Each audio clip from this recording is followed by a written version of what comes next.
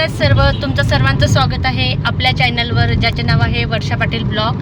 तर आज आम्ही ट्रिप काढलेली आहे दिव्यागर इथे जाण्यासाठी आणि घरूनच थोडासा उशीरच झाला होता मला निघायला, त्याच्यामुळे म्हटलं मी विचार केला की चला आज गाडीतूनच ब्लॉग स्टार्ट करूया। तर आजचं आमचं टार्गेट जे होतं ना ते सकाळी 6-6:30 पर्यंत आम्हाला निघायचं होतं, पण आम्हाला ना 1 तास लेट झालं होतं निघायला। म्हणजे घरूनच आम्ही सकाळी आम्हाला 7:30 ते 7:45 वाजले होते निघण्यासाठी। त्यामुळे ना ब्लॉग जो आहे तो मी घरून न घेता आम्ही निघतानाच तिथूनच मी ब्लॉग जो आहे तो स्टार्ट केलेला आहे। फिरण्याचा ना आमचा 2 दिवसाचा प्लॅन आहे, पण आमचा सामान जो आहे ना तो असा वाटतो आहे की आम्ही 8 दिवस फिरायला जातो आहे की काय। भरपूर असं सामान आमचं आम्ही सोबत घेऊन जात आहोत, कारण गाडीच आहे म्हटल्यावर ना मग सामान कमी जास्त जरी झाला तरी काहीच प्रॉब्लेम नाही। आणि असंही ना आज ना आम्हाला वनभोजन पण करायचं आहे, त्यासाठी ना मी सकाळीच टिफिन सुद्धा बनवलेला आहे। कारण फॅमिली ट्रिप असेल ना तर मस्त घरूनच थोडंसं जेवण बनवून जायचं आणि कुठंतरी थांबायचं, जेवण करायचं, ही मजा ना खरंच खूप छान असते। याआधी पण बऱ्याच ट्रिप आम्ही अशा केलेल्या आहे की घरूनच जेवण बनवून न्यायचं आणि मस्त एखाद्या शेतामध्ये थांबायचं, तिथं छान जेवण करायचं। तर इथून आमचा प्रवास जो आहे तो सुरू झालेला आहे। मस्त गणपती बाप्पांचं दर्शन घेतलं आणि हे जे गुलाबाचं फुल होतं ना, म्हणजे आमच्या झाडाला कधीच फुलं येत नाही, पण हे एक गुलाबाचं फुल आलेलं होतं, ते गणपती बाप्पांच्या चरणी मी ठेवलेलं आहे। काय करते ऋतू? लवकर उठलेली आहे सकाळी, त्याच्यामुळे ना ती म्हणजे तिला झोप लागते म्हणून अशी नाराज बसलेली आहे। तर चला तुम्हाला आता दिव्यागरची ट्रिप आमची कशी होते काय हे सर्व तुम्हाला या ब्लॉगमध्ये बघायला मिळणार आहे, त्याच्यामुळे ब्लॉग जो आहे तो कंटिन्यू करा। तुला जे बघायचे ते बघ।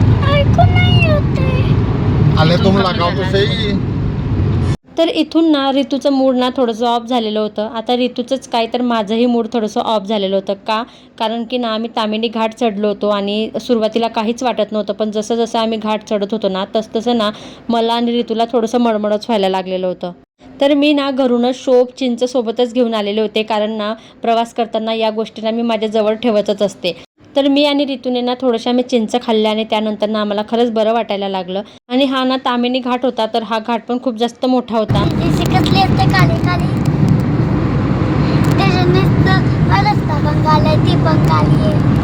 त्यानंतर ना आमचा घाट उतरून झालेला होता आणि एका ठिकाणी आम्ही नाश्त्याला थांबलो। तर तामिनी घाटावरच ना आम्हाला 1 ते 1.5 तास लागलेला होता।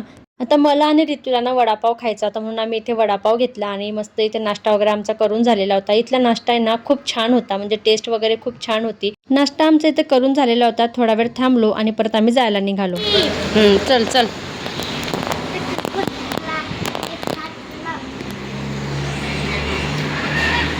छान आहे ना। दिव्यागरला आल्यावर ना आम्ही आमच्या लोकेशनला पोहोचलो आणि तिथं आल्यावर ना तिथला व्ह्यू तर खरंच खूप छान होता। म्हणजे जिथे आम्ही रूम केलेली होती ना तर त्याच्या पाठीमागेच हे शेत होतं आणि त्या शेतामध्ये ना भरपूर अशी नारळाची झाडं होती, नारळ सुद्धा पडलेले खाली। इथं छान आहे ना बसायला।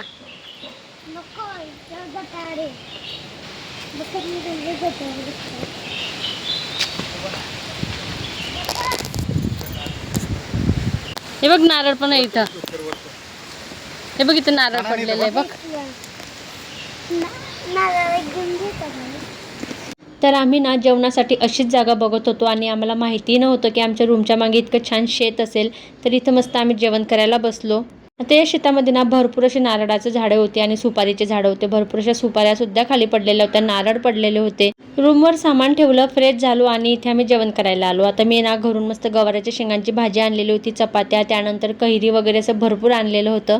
तर आम्ही ना इथे 12-12:30ला पोहोचलेलो होतो आणि त्यानंतर ना मग इथे म्हणजे जेवण वगैरे करण्यातच आमचे 1.5 ते 2 तास गेले, कारण थोडा वेळ आम्ही इथं फिरलो। पण संध्याकाळी ना आम्हाला बीचवर जायचं होतं, म्हणून थोडा वेळ आम्ही रूमवरच आराम केला, कारण इतक्या लवकर पण जाऊन खूप जास्त ऊन होतं, त्याच्यामुळे जावं असं वाटत पण नव्हतं। म्हणून ना आम्ही 4-4:30ला बीचवर गेलो, पण बीचवर गेल्यावर ना अजिबात ऊन लागत नव्हतं।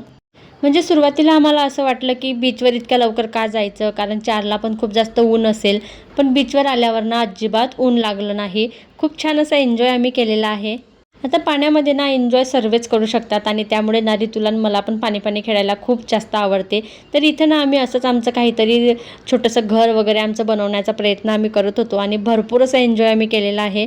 संध्याकाळ झालेली होती तरी ऋतूला घरी जावंसं वाटत नव्हतं, म्हणजे रूमवर ऋतूला वाटतच नव्हतं जायचं। आणि आज ना इथे खूप जास्त गर्दीसुद्धा होती, कारण कदाचित हॉलिडे होता, त्याच्यामुळे ना भरपूर लोक इथं आलेले होते।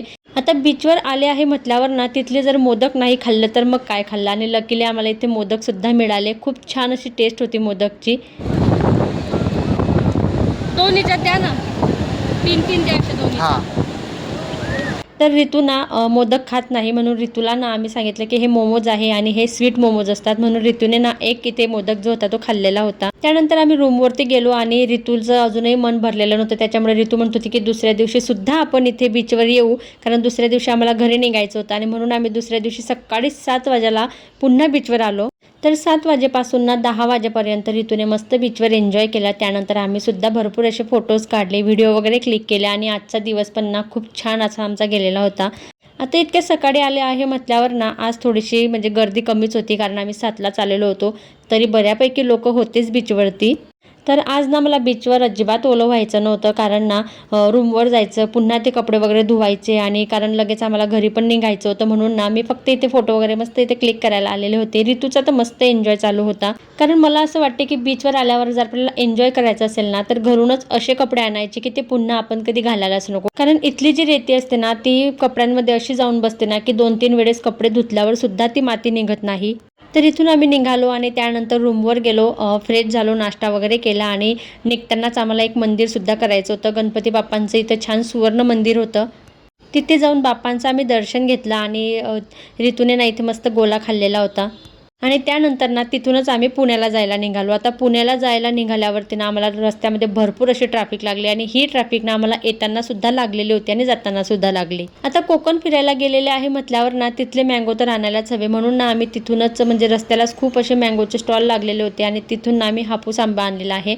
तर खूप असे छान हे आंबे आहे. फायनली आम्ही घरी पोहोचलो, आणि आमची 2 दिवसाची ट्रिप ना खरंच खूप छान झालेली आहे. तर चला पटकन व्हिडिओला लाईक करा, चॅनलवर नवीन असाल तर चॅनलला सबस्क्राईब करा. बाय.